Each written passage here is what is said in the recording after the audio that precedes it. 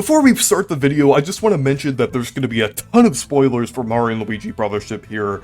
So if you haven't finished the game, I recommend waiting to watch this video unless you want to be spoiled.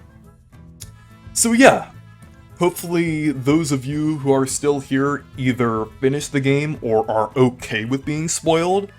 So let's go ahead and get started. That being said, oh my gosh, I love Reclusa so much. He is easily my new favorite Mario villain. I feel like he has the same wacky and chaotic energy as Fawful Dimentio. It's just incredible that we have like a villain like this again. I didn't think we were gonna get one like this. I mean, sure, over the years we did have some good Mario villains, like Phantasma was great, and even some of the recent ones, like Cursa or Madame Grape, and even King Ollie. I actually kind of liked King Ollie a little bit, but I don't think any of those villains reached the highs of Fawful and Dimentio. Like, their silly and chaotic energy made them so memorable, and they had such a distinct identity that a lot of Mario villains and Mario RPG villains don't capture very often.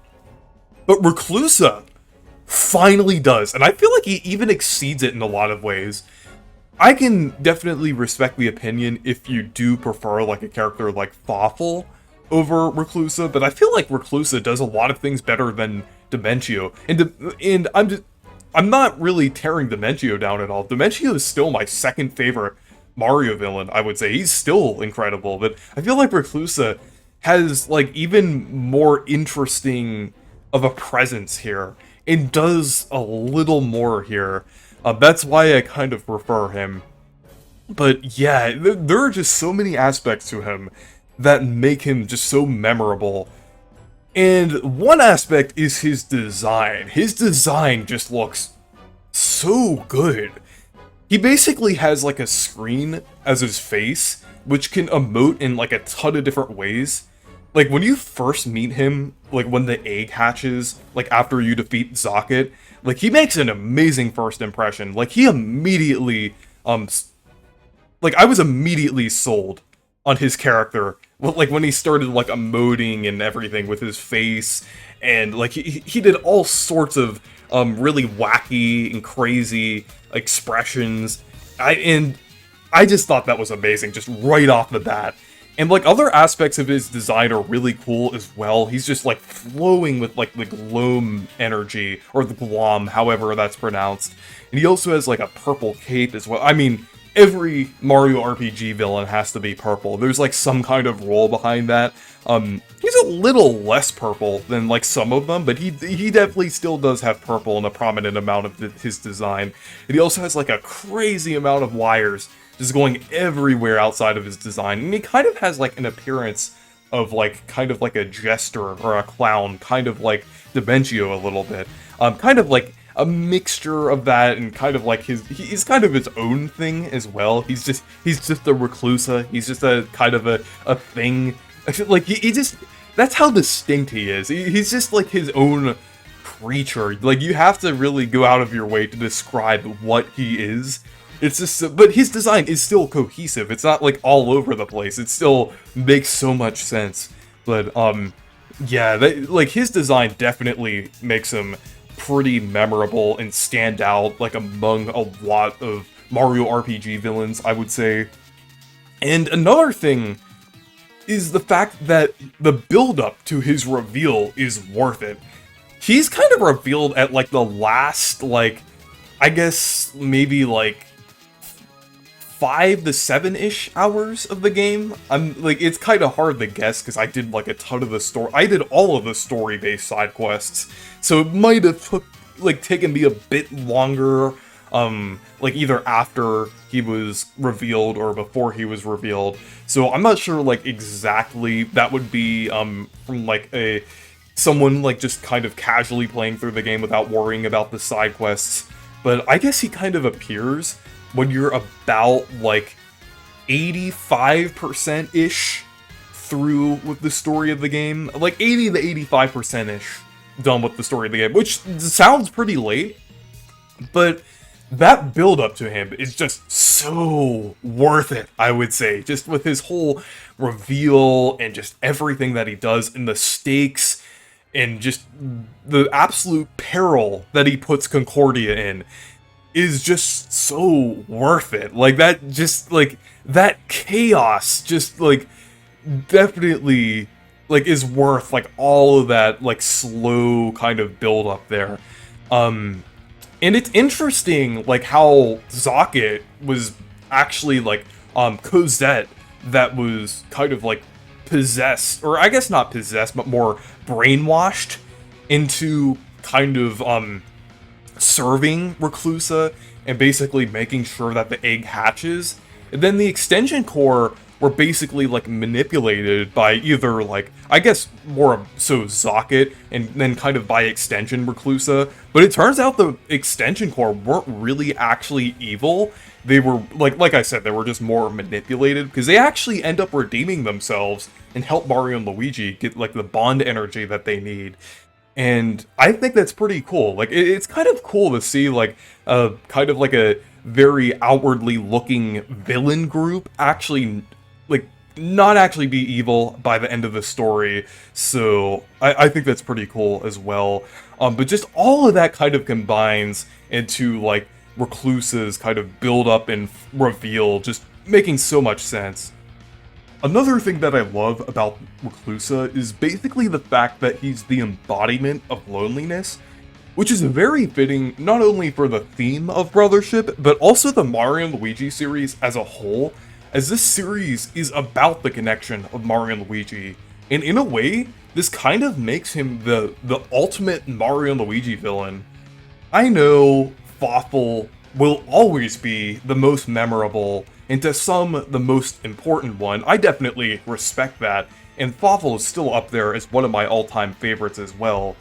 But I feel like, just with his Reclusa's overall, just like motives and kind of idea for his character, I feel like it kind of more so kind of hits like one of those core ideas of the Mario and Luigi series, like with the connection of Mario and Luigi. So I think that's pretty cool.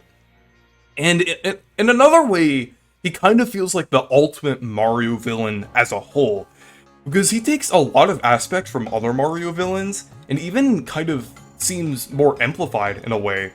His motives are fairly similar to Dementio, like where he basically like wants to destroy the world, like kind of create a new one, like for himself, but also has the brutality of the Shroobs.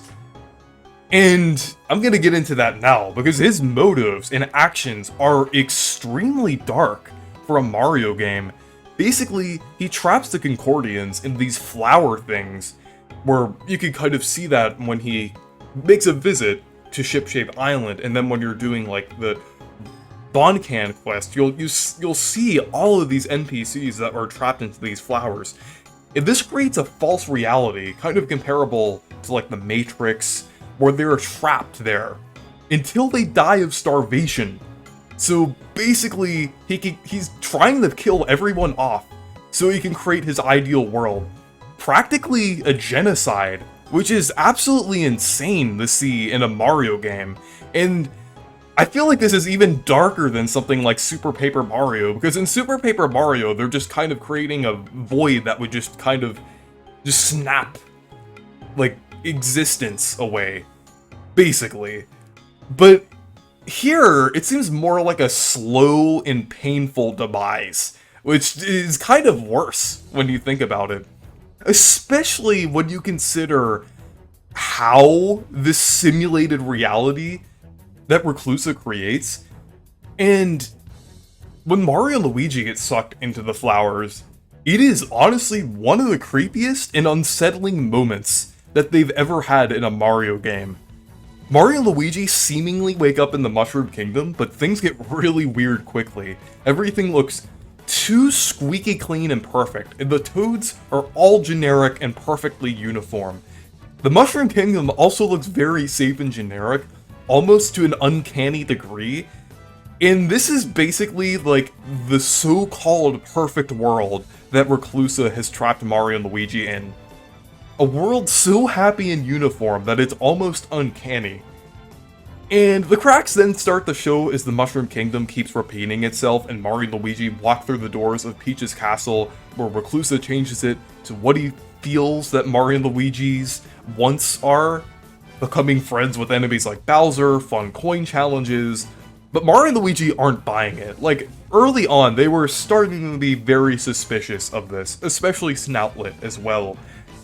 And then Reclusa slowly starts to distort the world, make everything glitched out, starts to kind of include hazards for Mario, and things start to become noticeably more unsettling and creepy. And Mario and Luigi realize what's going on, and Reclusa then straight up tells them that he's gonna wipe them out of resistance, which is crazy, only for them to break out of the flowers.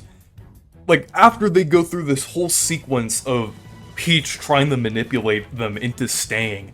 This is absolutely insane, and this is like the closest thing we'd get to like psychological horror in a Mario game, I would say. It's just, we've seen horror aspects kind of touched on before in other Mario games, like Origami King and Color Splash kind of had some things, even to a small degree in some of the older Paper Mario games, I would say, like Super Paper Mario. Actually, Super Paper Mario had a decent amount of, like, horror kind of inspired elements in it.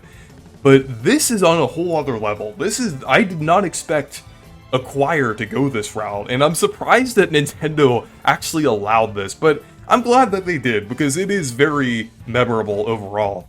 This whole sequence almost kind of reminds me of the whole every copy of Mario 64 is personalized meme, and I wonder if that actually kind of inspired that, because that was kind of a big meme that went around a few years ago. I know that kind of sounds like a stretch, but there are some things that have impacted the games that were kind of in the community, so there is a small chance that could be inspired by that, but I feel like that is a bit besides the point. I think that it's just a funny thing to mention because it kind of reminded me of that. But after that, the final battle is excellent. Like, the way it starts out with a chase sequence that seamlessly leads into the battle goes so hard. There's also a phase where he controls the Solitary, which kind of makes him look similar to the Master Crown from the Magolor epilogue a little bit, but with his like own flair to it. It just kind of reminded me of that because it's like a tree and everything. And the battle itself was pretty fun as well. And like the chase sequence, you kind of have to use like the fire and ice power. The fire and ice power in this game really seems like this game's equivalent of Firebrand and Thunderhand with the way that it implements it. So I think that's pretty cool. It would have been cool if they did do Firebrand and Thunderhand though. That would have been a little poetic to the series, I would say, if they did something like that. And after that, like when they get sucked into the tree, it almost kind of reminds me of like when Bowletta sucks in Mario and Luigi in the final battle in Superstar Saga a little bit, with the final Cackletta battle. It definitely gives me those vibes. And then there's also the Weeping Core as well, which is also like a really cool phase. Basically, it weakens your Bros attacks, or I guess any attack, if you use it more than once in a row. So I think that's a pretty cool mechanic. Thankfully, people pointed that out to me on my live stream before I made the mistake of like attacking with the same thing twice. But I do think that's a cool phase as well. And I also think it's interesting that the Weeping Core's design straight up looks like Void Soul from Kirby. I know it looks a little different, and I guess it's a little bit of a stretch because it just is kind of like a general, like, kind of spherical type enemy, but at the same time, the background does give me, like, heavy, like, Void Soul vibes. It just this whole boss fight just gives me, like, a ton of Kirby vibes. Reclusa is kind of like a, almost like in itself, kind of like an eldritch abomination type creature. So I think that's just pretty interesting as well. And the final phase is just Reclusa himself, But he has a lot of fun and interesting moves. Like, one is literally petrifying one of the bros while he attacks.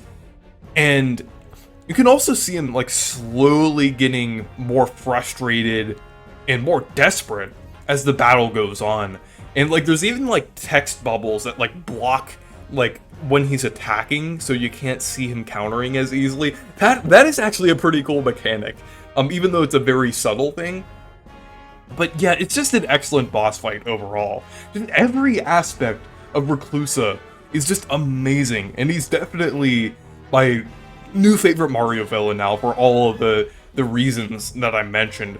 My only nitpick, I would say, is the fact that I feel like he should have appeared a little earlier. I know I was saying that the build-up paid off and the build-up made a lot of sense, but if they remove the whole section where you have to go back to Fortress Socket and try to get over the barrier and go through the quests to try to get the Technicky engine. Well, I mean, I guess there could have been like a different thing, because I do like the character development that gave Technicky, but maybe they could have given Technicky a slightly different kind of way of developing her character. Maybe the barrier thing happens before Guam Bowser, so maybe they could have done it like that, and then have like the whole like Fortress Socket thing like right after the 4th sea. I think that would have made sense, and then have like a decently big chunk